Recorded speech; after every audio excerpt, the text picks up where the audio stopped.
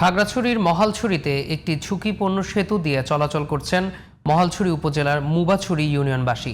নিত্যদিনের জীবনের বিভিন্ন কাজে মানুষের চলাচল, এমনকি হাসপাতালে চিকিৎসার জন্য দ্রুত নিয়ে যাওয়া কঠিন হয়ে পড়েছে এখানকার বাসিন্দাদের।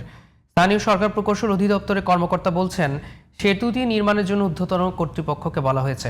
খাগড়াছড়ির প্রতিনিধি হলাপ্রসায় মারমার পাঠানো রিপোর্ট জানাচ্ছেন জামান আশরাফ। 40 বছর আগে স্থানীয় সরকার প্রকৌশল অধিদপ্তরের অর্থায়নে নির্মাণ করা হয় কাপ্তাইপাড়া সেতুটি।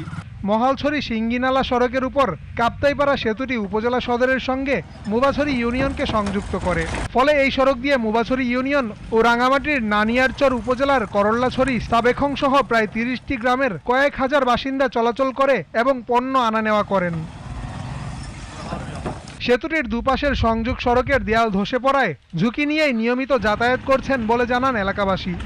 টমটম এগুলা যেতে পারেন, বড় গাড়িতে পার করতে পারি নাই। পিলারের জায়গায় গাছ আছে, কোন সময় যে ব্রিজটা ভেঙে যায় তাও তো কনফার্ম কেউ বলতে পারবো না। এইটা নিয়ে যে ভোগান্তির কোনো শেষ নেই আমাদের। এই ব্রিজটা হলে আমরা খুবই সুন্দরভাবে যাতায়াত করতে পারি। দিনের বেলায় সব সময় কাজে যাওয়া লাগে, গাড়ি নিয়ে আমরা ঠিক মতো যাইতে পারি না। আমাদের ভালো কোনো গাড়ি এখান থেকে যায় না।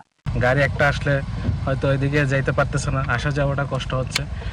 এটা আমরা দাবি জানাচ্ছি, ব্রিজটা যাতে একটু তাড়াতাড়ি কমপ্লিট করা হয়। এদিকে এলজিডির এই কর্মকর্তা বলছেন, সেতুটি সংস্কারে নেওয়া হচ্ছে পদক্ষেপ। ব্রিজ করতে হলে সয়েল টেস্ট করতে হয়, টোপো সার্ভে করতে হয়।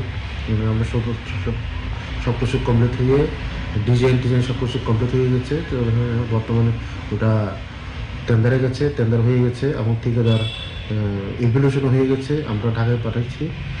আমাদের যদি এপ্রুভ হয়ে আসে ঠিকাদার হবে, ঠিকাদার কন্ট্রাক্ট এগ্রিমেন্ট হবে, তখন কাজ শুরু হয়ে যাবে। জামান আশরাফ, জিটিভি নিউজ।